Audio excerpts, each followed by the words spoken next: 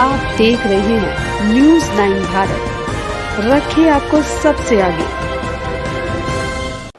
नमस्कार, आप देख रहे हैं न्यूज़ 9 भारत। मैं हूं आपके साथ अंजलि। देश और दुनिया की तमाम अहम खबरों पर आइए डालते हैं एक नजर। खबर उत्तराखंड के देहरादून से है। आपको बता दें कि आज कुछ लोग द्वारा नगर निगम में जोरदार हंगामा किया। वहीं जब हमारी टीम मौके पर पहुंची तो वहीं मौजूद स्वराज सेवा दल के अध्यक्ष रमेश जोशी ने बताया कि सहजदारा रोड पर जो पहले नगर निगम का कूड़ा हुआ करता था, उस पर कुछ गरीब मजदूर लोग झुग्गी बनाकर रह रहे हैं। जहां कोरोना काल के चलते हुए लोगों को रोजी रोटी सब खो गई है तो लोग दाने दाने से मोहताज हो गए हैं। इन भीषण सर्दी में नगर निगम उनकी झोपड़ियां तोड़कर आ गया है, जबकि वहां पर कुछ लोग ने पक्का निर्माण कर रखा है, तो फिर केवल इन गरीबों के साथ अन्याय क्यों? स्वराज सेवा दल के अध्यक्ष रमेश जोशी ने मेयर गामा जी से निवेदन किया कि सर्दी तक इन बस्तियों वालों पर रहम करें। वहीं बस्ती के लोगों ने अपनी बेबसी का हाल बताते हुए कहा कि हमें केवल सर्दी हमें यहाँ पर रहने दें, हम पर रहम करें। अब देखना यह बाकी है कि आखिरकार सरकार इन बस्तियों वालों को केवल वोट बैंक में ही इस्तेमाल करेगी या इन लोगों पर सर्दी रहम करेगी। देखिए, सरकार हमारी माँ बाप है सरकार हमारी। सरकार को सोचना चाहिए, इन नगर निगम के कर्मियों को एसी रूम में से कुछ दिखता तो है नहीं है। जो ज़मीन वहाँ खाली पड़ी है, मैं ये नहीं कह रहा हूँ कि वो लीगल है, लेकिन मानवता के नाते ये लोग उस पर कब्जा नहीं कर रहे हैं। एक तिरपाल से कोई कब्जा हो जाता है क्या, आप बताइए? लेकिन अगर ऐसे में अगर ये लोग इस कोहराम में, इस ठंड में, भीषण ठंडी पड़ेगी, ये ठंड से मर जाएंगे, ऐसे में कहाँ जाना चाहिए इनको? छोटे छोटे बच्चे, कोरोना आया, सरकार के पास रोजगार नहीं है, सरकार के पास कोई तंत्र में ऐसी कोई व्यवस्थाएं नहीं हैं जिससे कि इनको बसाया जाए। अगर ये डंपिंग जोन में अपने त्रिपाल डाल के अपना सर छुपा रहे हैं, रोजगार के लिए भी सरकार से मांग नहीं कर रहे हैं, घरों के लिए भी नहीं कर रहे हैं, तो सरकार को सोचना चाहिए ना, इन आला अधिकारियों को कम से कम सर्दी तो बितानी देनी चाहिए। इन लोगों को सर्दी में कहाँ जाएंगे ये लोग? देखिए, एक लंबा समय इनको उत्तराखंड में लगभग 20-30 साल हैं और 20-30 सालों में किसी भी सरकारों ने इनको रोजगार नहीं दे पाया, इनको घर नहीं दे पाए। जो इन लोगों ने तमाम घरों के लिए योजनाएं बनाई, वो भी अपने ही लोगों को दे दी। आम जनमानस को, जिसको घर की आवश्यकता है, उसके लिए इनके पास घर नहीं है। के कोई क्षेत्र के लोगों से नहीं, बड़े बड़े बिल्डर उसमें इन्वॉल्व हैं, बड़े बड़े नेता मंत्री उसमें इन्वॉल्व हैं। और हम लोगों ने, आप लोगों ने पिक्चरों में भी देखा ही था कि जब बिल्डर होते हैं वही इन बस्तियों को उजाड़ते हैं, क्योंकि उससे उनके भवनों की कीमत कम होती है। और वैसे भी वो सारी गोल्डन फॉरेस्ट है। अगर नगर निगम इतना मतलब तंत्र के प्रति अपनी नैतिक जिम्मेदारी दिखाना चाहता है तो जरा गोल्डन फॉरेस्ट की तरफ भी नज़र दौड़ा के देख ले। बड़ा कोई बदमाश नहीं होता, पुलिस को सब कुछ पता होता है। अगर और जो ये आरोप लगा रहे हैं, तो इन्होंने आरोप क्यों लगाया? इनको पकड़ के जेल क्यों नहीं भेज दिया? इनके अगर इनमें से कोई भी नशे में था तो पकड़ के जेल क्यों नहीं भेजा?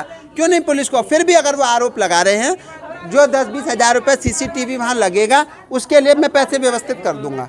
आप अगर ये आरोप लगाएं तो CCTV की व्यवस्था मैं करवाऊंगा, आप लगवाइए, लेकिन इनको परेशान मत करिए। आज आप यहाँ पर पहुँचे हैं, क्या कुछ आपकी किसी से बात हुई है? हाँ, देखिए, TI साहब ने तो दरवाज़ा बंद कर दिया। आप ये दरवाज़ा देख सकते हैं, TI साहब ने तो ये दरवाज़ा बंद कर दिया। और तमाम जो झोंपड़ियां हैं, ऐसा मुझे लगता है कि कहीं ना कहीं से इन लोगों के पास पैसा आता है, जो झोंपड़ियां हैं उनसे, तो ये उन पर कार्रवाई नहीं कर रहे हैं। अभी मैं आपको दिखाऊंगा, मंडल उपाध्यक्ष भाजपा ने इनको 3 वर्षों से लिख के परेशान है शराब ठेके के पीछे, उन पर इन्होंने कोई कार्रवाई नहीं करी। वहीं नगर निगम की ज़मीन पर पक्के मकान अवैध बने हुए, उन पर इन्होंने कोई कार्रवाई नहीं करी। ये कार्रवाई एक गरीब जनता के शराब ठेके के पीछे, उन पर इन्होंने कोई कार्रवाई नहीं करी। वहीं नगर निगम की ज़मीन पर पक्के मकान अवैध बने हुए, उन पर इन्होंने कोई कार्रवाई नहीं करी। ये कार्रवाई एक गरीब जनता के लिए, क्योंकि इस गरीब के साथ कोई नहीं होता है, इन गरीबों का कोई मसीहा नहीं है। पैसे वालों के लिए तो CM साहब के भी फ़ोन आ जाएंगे, मंत्रियों के भी फ़ोन आ जाएंगे, आला अधिकारियों के भी फ़ोन आ जाएंगे, लेकिन इस गरीब जनता के साथ कोई नहीं है, इसलिए कोई सुध लेने को तैयार भी नहीं है। ये ना, एक झोंपड़ी को तो कभी भी उखाड़ दो। सरकार में ये कह रहा हूँ, कब्जे नहीं कर रहे हैं ये लोग, अपने बच्चों को सर छुपा के वहाँ रख रहे हैं। जिस दिन सरकार उस पर कोई काम करेगी, उस दिन उसे उजाड़ दिया जाए। सरकार के लिए तो यूजलेस है ना। अगर सरकार उस पर यह कहे कि मैं अभी पार्क बना देती हूँ, तो ये चले जाएंगे। और अगर मान के चलिए, और फिर भी सरकार अपनी जो विधिक कार्रवाई करे, हम सरकार के साथ हैं, हम निगम के साथ हैं, लेकिन सर्दियों में इनको परेशान ना करे। और अगर सर्दियों में वहाँ से हटाते हैं तो कहीं इनको एक झोंपड़ी डालने के लिए कहीं दे दे। सरकार के पास बहुत सारा तंत्र है। हम जो है 25 साल से रहते हैं, दिन भर मांगते हैं, एक जो है पन्नी का भी वो नहीं है। जो कहाँ रहेंगे।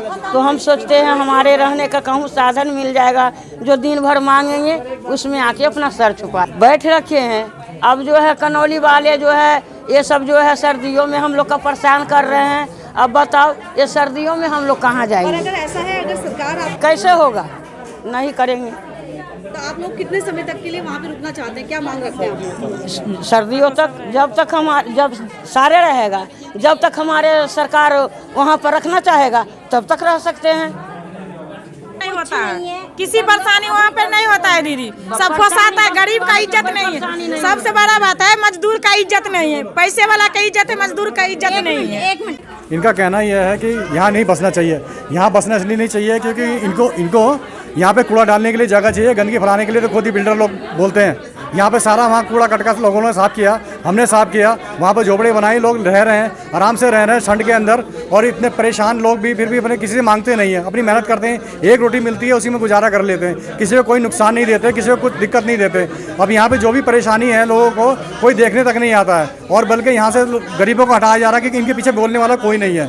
ना मंत्री बोलते हैं और ना ही यहाँ हमारे मुख्यमंत्री साहब देखते हैं इस साइड में, ना निगम देखता है कि लोग गरीब लोग मर रहे हैं, कैसे जी रहे हैं, कैसे नहीं जी रहे हैं। जो भी गरीब आदमी है वो मर रहा है तो मरने दो, कोई बात नहीं, मगर हम ऐसे ही तमाम खबरों के लिए बने रहिए हमारे साथ न्यूज़ 9 भारत पर। अब चाहूंगी इजाजत, नमस्कार।